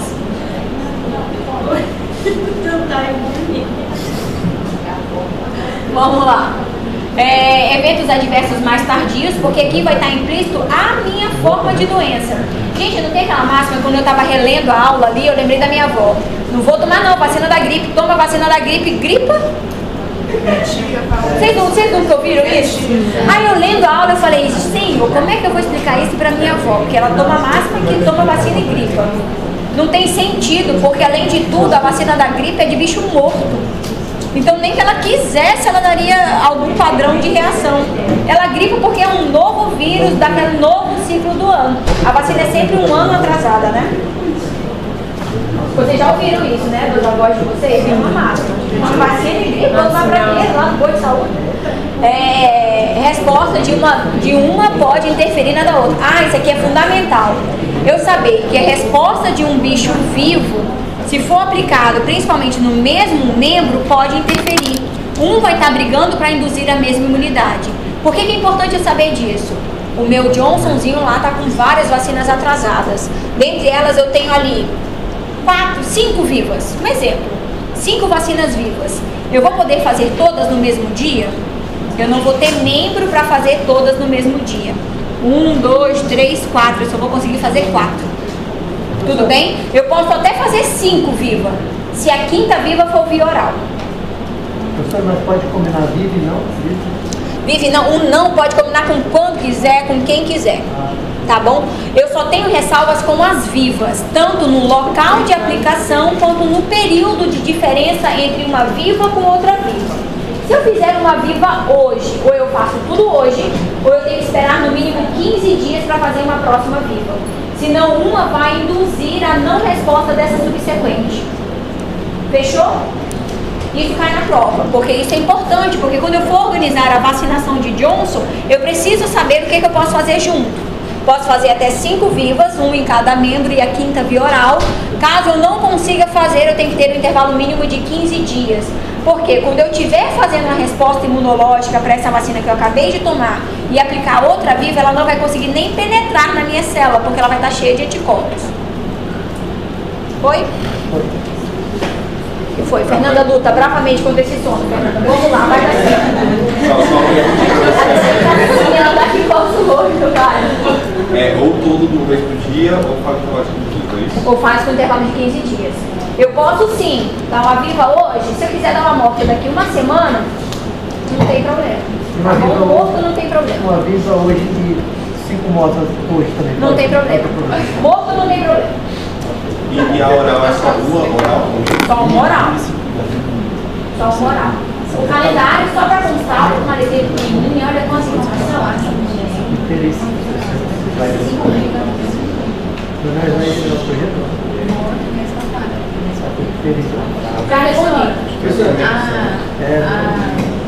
Inativa, não importa o internado, eu posso tomar hoje ou amanhã? Não tem problema nenhum? Gente, não vai fazer isso, mas não tem problema nenhum. Eu só tenho relevância com um bicho vivo. Atraso, precisa recomeçar o esquema vacinal? Lindos, maravilhosos. Eu não preciso, porque a gente não é ruim, a gente é pediatra, gente. A gente não é ortopedista. A gente é ruim. Vamos lá, não preciso recomeçar, eu pondero, não encontrei a carteira de vacinação. E aí, o que eu vou fazer? Eu considero que foi dada. Ali eu considero que foi dada, mas falou, não, eu dei até os 4 meses. Eu considero ali que foi dada. A gente acredita no paciente. Mesmo não tem. Mesmo a babá tá depois não sabe. Gente, não tem uma resposta correta. Isso aí a gente vai colocar na balança qual é o grau de confiabilidade disso. Não confio. Ok, atualiza todas novamente. Isso eu não tenho como comprovar. Agora, quando vocês forem atualizar o calendário de vocês, vê que está sempre no sistema. Então isso ajuda bastante. Fala, João. Como é que é se perder o cartão da criança? Se perder o cartão de vacina da criança, teoricamente a gente considera como dada daquela informação que a mãe está passando para a gente. Se a informação, que às vezes a gente tem aquele feeling que não é tão confiável, a gente revacina. Professor, a senhora falou que não pode botar 2 vírus num membro só, né? E se eu faço tudo junto, eu espero 15 dias. Mesmo se for uma viva aqui, aí, por exemplo, amanhã ela volta para fazer o outro membro, eu tenho que esperar 15 dias ou... Tem que esperar 15 dias. Mesmo sem nenhum... Ou eu faço tudo dia 1º, ou eu faço dia 1º que sobrou só dia 15. Tá bom? Vai estar aqui, tá? Como vacinar e atualizar? Intervalo mínimo entre as doses. Meninos, mínimo são 15 semanas. Idealmente, 15 semanas, 15 dias. Idealmente 4 semanas. Porém, a máxima ali é atualizar o mais breve possível. Se você está vendo que aquela mãe não vai voltar, isso a gente vê às vezes no próprio Cosme e Damião, não vai voltar, a gente já amarra a vacina com 15 dias. Se tem uma plausibilidade, não, eu sei onde é que mora, a gente vai lá para um conselho tutelar, vai buscar essa criança, aguarda as 4 semanas. Foi? 2 ou mais antígenos inativados podem ser administrados simultaneamente ou com qualquer intervalo entre as doses. Tudo morto. Antígenos inativados e vivos atenuados podem ser administrados simultaneamente ou com qualquer intervalo entre as doses. Com morto não tem problema nenhum. 2 ou mais antígenos vivos atenuados injetáveis podem ser administrados simultaneamente ou separados com intervalo mínimo de 4 semanas. Tem um asterisco porque o mínimo são 15 dias, mas o ideal seriam 4 semanas. Se vem na prova, vocês não vão perguntar? 15 dias, se vem na prova 15 dias. Ideal 4 semanas. Ideal 4 semanas. Aqui a gente tem uma exceção. Não tá tão interessante, porque eu gosto de perguntar essas coisas na aula, mas vocês hoje ainda não vão saber essa resposta. Tem uma exceção, vocês vão me trazer na próxima aula essa exceção, senão não vale a pena no questionamento. Tem uma gama de vacina que eu não posso fazer atualização em conjunto. São vacinas depois de 6 meses de idade. Quais são as vacinas que eu não vou poder fazer em conjunto? Vocês estão muito engraçadinhos. Fala pra mim. Febre amarela é uma. Pronto, já estou dando meio caminho andado. Qual é a outra que eu não vou poder fazer junto? Não, para de chutar. E aí eu quero que você sofrer. Não vai. Outro ponto. Eu tenho um paciente que está internado e ele ficou super grave na UTI, precisou de hemotransfusão, é um milagre. Ele ficou internado ali 4 meses com a gente. E ele vai ter alta agora e a gente vai encaminhá-lo para o ambulatório de egressos. Ele tem 6 meses. Aliás, ele tem agora 8 meses. Ele está internado desde os 6 meses de idade, uma pneumonia grave. E ficou internado esse período todo. Foi para a UTI, precisou de transfusão, mas agora ele está bem e ele vai para casa. No ambulatório de egressos, a médica que está acompanhando ele vê que ele tem vacinas atrasadas, porque ele não fez vacina ali de 6 meses, não fez vacina de 7 meses e está ali caminhando para a vacina de 9 meses. Ela pega o resumo de alta dessa criança e vê que durante a internação ele fez hemotransfusão. Ele teve uma anemia importante, ele precisou tomar sangue, então fez hemácias e fez plaquetas. Será que naquele momento ela já pode fazer a vacina dessa minha criança? Vocês estão entendendo? Será que essa transfusão vai interferir na resposta imunológica dessa minha criança? Aquela resposta clássica, né? Se eu estou falando, não é. Acho que é sim. Vocês iriam se atentar a isso? Você liberou, estou lá no médico da saúde da família, estou no posto de saúde, teve alta, então eu lembro da aula que a gente tem que aproveitar as oportunidades. Ele está aqui na minha frente, eu vou vacinar. Será que eu posso fazer ou será que eu não posso fazer? Eu tenho um intervalo para ser feito? Tem tudo nesse livrinho aí. Hoje eu não vou trazer essa resposta não para vocês, quando estiverem estudando, se atentarem, porque é algo que pode cair na mão de vocês. Assim como, doutora, eu estou muito feliz. Meu filho hoje veio lá do Hospital do Amor e ele está em remissão. Ou seja, ele não está tomando mais nenhum quimioterápico. Ele está em remissão, fazendo acompanhamento seriado para saber se realmente esgotou a possibilidade de uma neoplasia naquela criança.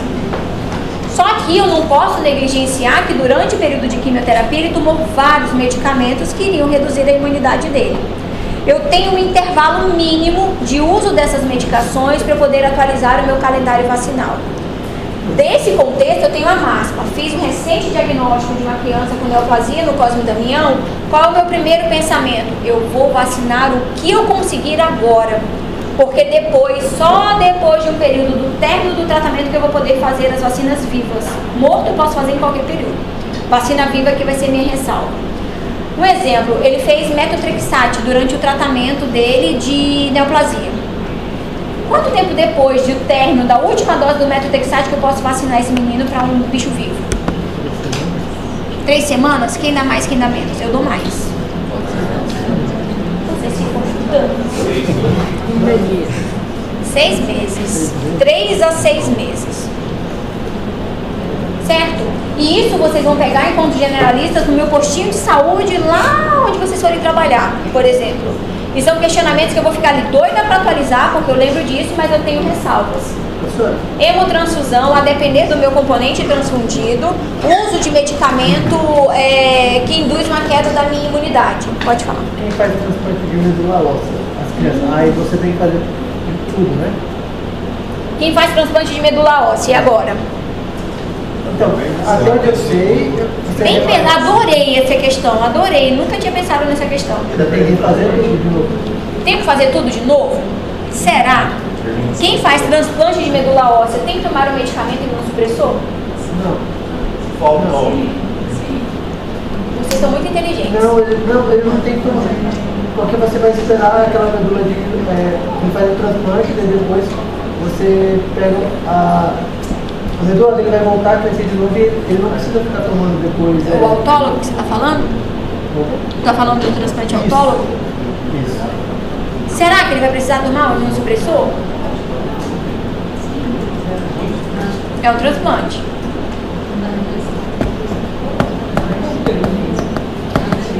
É dele mesmo. Se alguém doou para ele, se for um transplante de fígado, não, esse é porque é diferente, né, professora? Porque... de medula óssea tem que reatualizar o calendário vacinal todo. Se for um paciente transplantado de órgão sólido, por exemplo, transplantou o fígado, ele vai poder e vai ter a necessidade de reatualizar isso? Aí não, porque ele vai ter... Ele vai poder tomar? Vai poder tomar? Sim. Vai poder tomar todas? Não. Porque ele vai fazer uso de um imunossupressor a vida inteira. Porque é um órgão que não é dele. Concorda comigo que é um órgão que não é dele? Então ele tem que tomar o medicamento que vai diminuir a imunidade dele para ele não ter rejeição. Então ele vai ser para sempre imunossuprimido. Então ele vai poder tomar as de bicho morto. Tá? Adorei o questionamento da medula. A gente nunca tinha parado para pensar nesse ponto. Tô orgulhosa. Meninos, coloquei bem pequenininho, mas eu vou mandar esse material para vocês, só para vocês se atentarem que eu preciso desse intervalo, a depender do uso da medicação da criança. Estou fazendo o segmento dessa criança que foi internada. Meu criança internada no próximo é 198 dias. Será que ele tem vacina atrasada? Muitas. Será que ele pode atualizar no hospital as suas vacinas? Será que ele pode? As únicas que ele não vai poder fazer são as que saem do cocô vivo. Ele pode atualizar as outras, se ele estiver bem, né? Contraindicação, são poucas. O que eu quero que vocês leiam com muita cautela, as contraindicações para vacina que tem difteria, tétano e coqueluche. Pode ter interação com a Não, eu falei difteria, tétano e coqueluche, a tríplice viral. E qual é a interferência da febre amarela? Não. Eu tenho a tríplice viral e tenho a tríplice bacteriana, né? Se atentem às reações relacionadas a esse padrão de vacina. O que eu posso ver? Será que se eu tiver uma crise convulsiva depois de uma vacina, eu posso repetir a dose? Eu tomei uma dose com 2, com 4 meses, meu bebê teve uma crise convulsiva, ou ele teve um episódio hipotônico hiporresponsivo, meu bebê ficou todo molinho. Doutora, meu bebê ficou sonolento, todo molinho, durou uns 4 ou 5 minutos, eu não sei quanto tempo durou. E foi ali 30 minutos depois de ter tomado essa vacina. Foi com 4 meses. O que você vai orientar essa criança com 6 meses? Ele vai poder voltar lá na mesma unidade de saúde para tomar a mesma vacina? Ou eu tenho que orientar a ir em outro local ou orientar a trocar aquela vacina?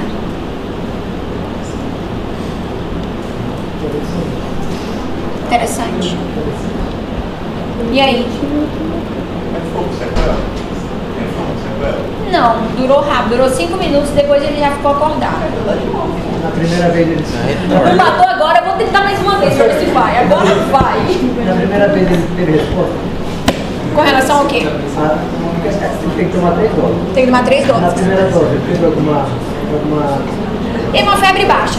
Olha o questionamento deles. Ele tomou lá com 2 meses, teve uma febre baixa, que é uma reação vacinal esperada, né? Tanto reação local quanto febre baixa, que pode durar até 48 horas, é algo esperado. O que não é esperado? Uma crise convulsiva é esperado? Deus é mais, né? Um episódio hipotônico hiporresponsivo é esperado? Uma anafilaxia é? Então são particularidades que eu vou ter que ponderar. Será que ele vai ter que fazer a mesma dose da vacina? Será que ele vai ter que fazer uma vacina adaptada com retirada de algum desses componentes? Ou será que eu vou ter que contraindicar a vacina para essa minha criança? Vocês entenderam que eu vou ter que dar essa orientação? Ela vai voltar lá comigo nesse período de interconsulta com 5 meses, vai falar, não, ele teve isso, fui na emergência, e agora eu quero saber, doutora Amanda, se eu vou poder, com 6 meses, dar essa vacina.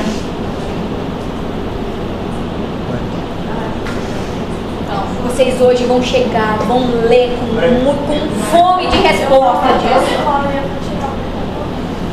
Mas esse foi. Não. A mãe não vai querer dar. Mas tu tem o conhecimento e sabe das vantagens e desvantagens dessa criança não fazer essa vacina.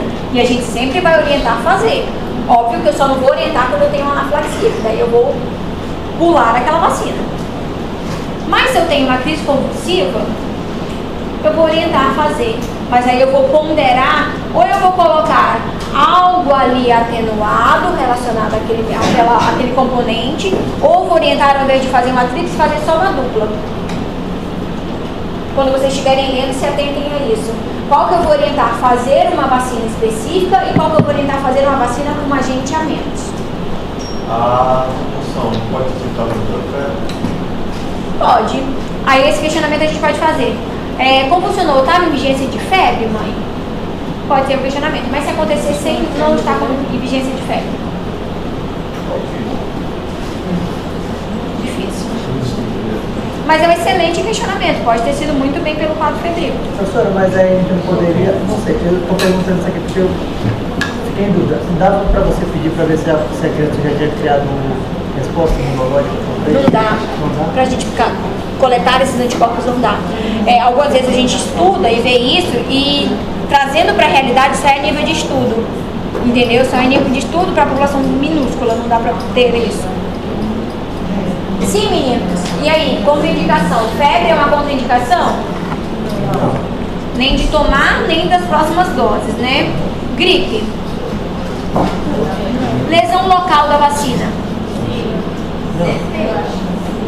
A gente dá um jeitinho, né? Mas lesão local é uma contraindicação. Eu não posso dar ali em cima de um machucado. Ah, tá. Você quer como... Eu não me fiz entender, né? Algumas vacinas são contraindicadas para pacientes gestantes e imunodeprimidos. A gente já sabe essas que são contraindicadas, né? De bicho vivo. Vocês entenderam o que vocês vão ter que estudar? Aquela que eu não posso dar junto com febre amarela e aquela que, caso tenha uma reação dentro desse contexto de crise convulsiva, episódio hipotônico hiporresponsivo, eu tenho que fazer uma adaptação para essa minha vacina. Certo? Descobriu, doutora Amanda? Sarampo?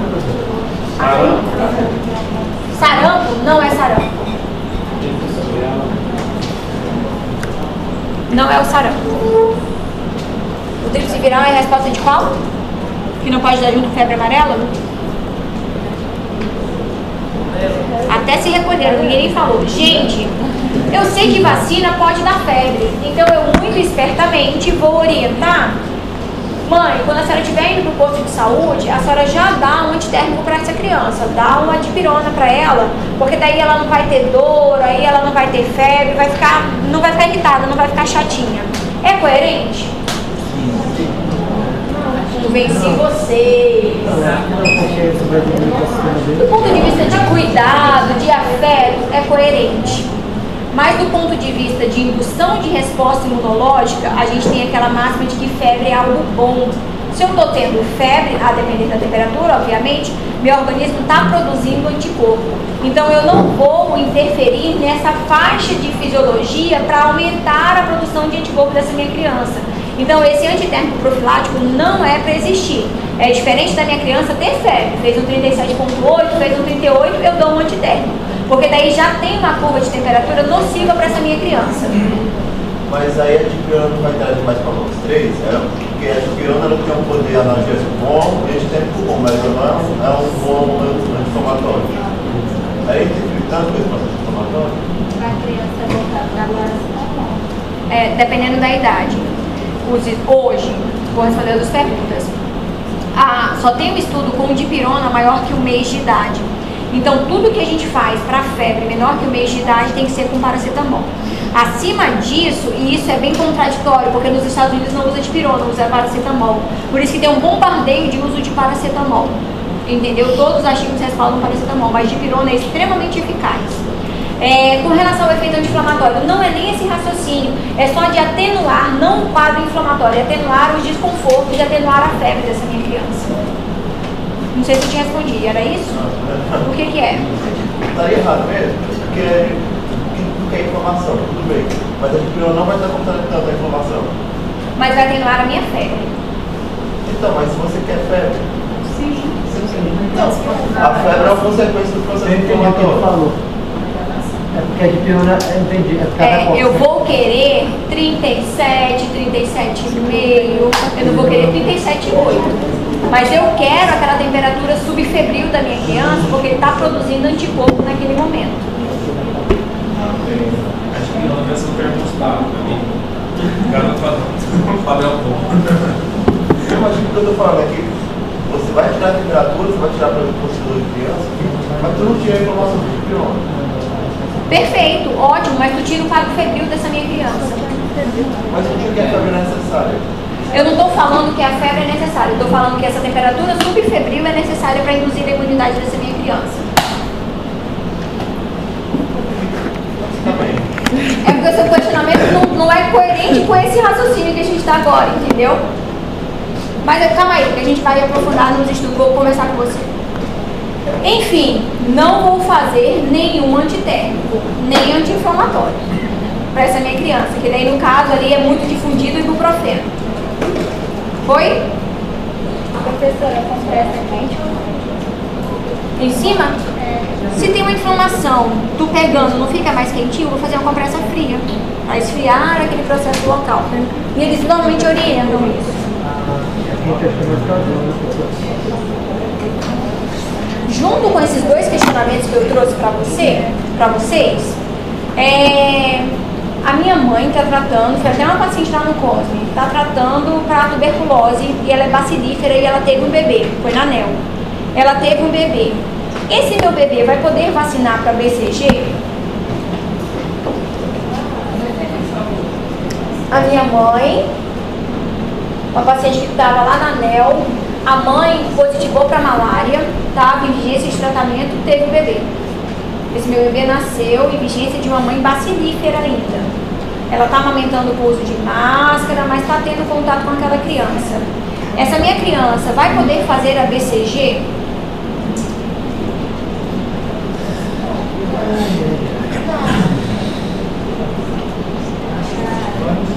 Eu acho que sim. Ou ela vai ter que fazer algum esquema profilático para ver como vai ficar o sistema imunológico dela. E quando ela tiver uma certa idade, eu vou fazer um certo teste para saber se ela está ali positiva ou não.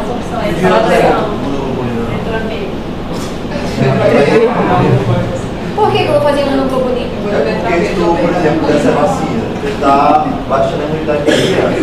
Porque não produziria a resposta que queria, vacinando ela, então ainda facilitava a infecção da tuberculose. Aí faz a segunda. Com a vacina, diminui a imunidade com a vacina? É, na vírus atenuado. BCG é vírus atenuado ou ele está dando a volta dentro das criações dele. BCG atenuado. Vacina não diminui a imunidade. Eu não vou fazer imunoglobulina para essa minha criança, porque nesse estágio eu não sei se ela está contaminada ou não, porque ela já pode estar em vigência de um contato com tuberculose. Eu vou fazer o medicamento como se fosse um medicamento profilático. Com 3 meses de idade, eu dou a resposta, né? Com 3 meses de idade, eu vou fazer um teste nessa minha criança, que seria um PPD, para saber se ela vai reagir ou não. Não reagindo, eu vacino. Se ela reagir, eu sigo e completo o meu esquema de tratamento. Então, nesse primeiro momento, eu não vou fazer nem imunoglobulina, nem a vacina, porque o status imunológico dela é interrogado, o status de contaminação dela é interrogado. Esse PPD é para você ver se a pessoa ainda está com... Se tem o primeiro contato, né? Se ela é reativa ou não. Então, por que não dá vacina se ela tiver? Se for reagente, PPD? Porque daí ele tem doença. Ah, tá. Então, quando passar a doença, aí eu dou a vacina. Não, se a minha criança reagiu no meu PPD com 3 meses, não tem o sentido de eu vacinar, porque ele já desenvolveu a imunidade dele pela própria doença. Eu só vou vacinar se ele não tiver desenvolvido a doença, aí sim eu vou atuar ali fazendo a minha vacina. Tá bom? Vocês estão criativos. Mas valeu, concluiu o raciocínio? Não, tá ótimo. Vacina de dengue, que é a mais nova vacina que está no nosso calendário. Calendário entre aspas, porque não está disponível para todas as regiões, né, para todos os estados. Para quem que eu posso fazer? Ela é viva ou ela é morta? Vocês já viram no jornal? Assim, passando na sala, viu o jornal ligado? Eu vi. Dengue é vivo ou morto? Vivo. Vivo. Então eu posso fazer para todo mundo? Não.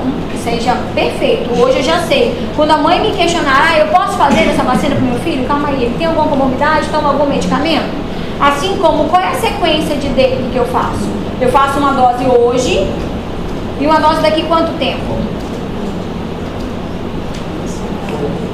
Dengue tá tudo novo, eu coloquei no finalzinho, não vai cair na prova. Mas como é um crescimento para vocês, é importante vocês terem essa ciência, porque algo vai ser questionado no ambulatório por alguma mãe.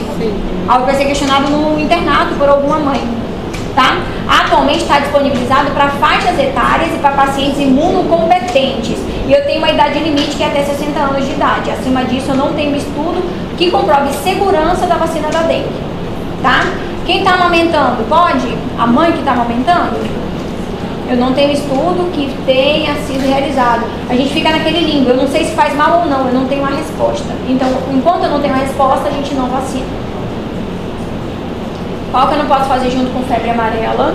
Qual que eu tenho que orientar a fazer determinadas vacinas, a depender da minha reação que eu tenha apresentado. BCG, leiam com mais aprofundamento essa parte da BCG e o da dengue para me trazer na próxima aula. Carinha de interrogação.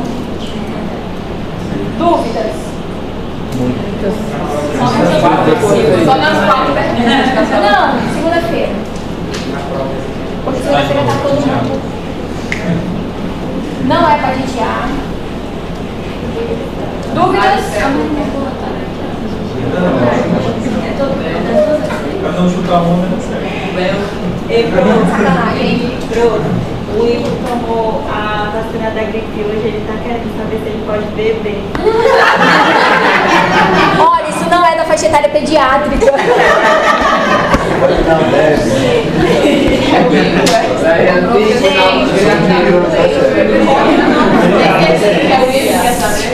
Meu primo quer saber. Tem uma amiga que quer saber. E aí, pode? É 35 anos. Criança não vai funcionar. Mas se eu souber, Qual é a vacina? Fala pra mim. É? Agora tu vai me falar o porquê. Falem o porquê que não pode. Tu quer beber? Onde é que a gente vai beber? Tô brincando. Meninos, dúvidas a mais? Eu já entendi que eu tenho contraindicações, que eu tenho efeitos adversos, que eu tenho que trocar essa minha vacina. Para quem eu não posso indicar essas vacinas vivas, em que momentos que eu vou ter que adiar essa atualização do calendário vacinal e como eu vou fazer essa atualização do calendário vacinal. Se saiu com esse, claro, vocês vão aprofundar quando sentarem para estudar, mas se saírem com esse norte, eu já estou plenamente satisfeita. Já é isso.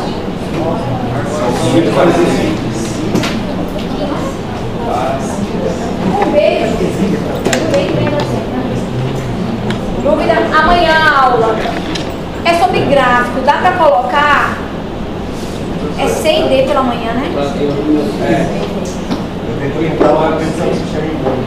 Ele não responde adequadamente aos dois.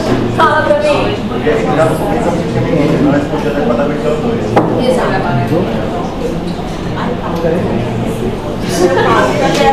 Tirou a graça, tirou o clima na aula. Mas ele pode estar errado. Então, meninos, dá pra fazer os dois pela manhã e os dois à tarde, se vocês preferirem, porque daí é gráfico. Vou ver se eu consigo imprimir alguns gráficos para trazer. O objetivo de amanhã é colocar no gráfico lá e explicar. Está com peso adequado, está com a estatura adequada ou não. Aconteceu alguma coisa no meio do caminho que me chamou a atenção, para a gente ter esse respaldo quando estiver validando essas informações para os pais. Tá bom? É bem dinâmicazinha a aula. Trazer o seu gráfico, sua caderneta? Ele quer se encaixar na pediatria. Vocês estão vendo, né? Vocês estão vendo.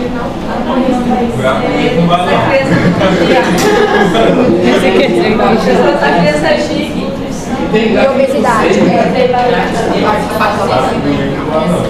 Para trazer essas respostas? Vai ser só isso de vacina? Isso. Tá bom? Ficou alguma dúvida com relação à vacina para vocês? Muitas, perfeito. Mas se eu trouxe dúvidas, vocês vão engrandecer estudando. Mas esse é o norte. Senta lá, tá fazendo cocô, pega o calendário de vacinação. De novo, Gabriel? Gente, todo mundo faz cocô, gente. Oi?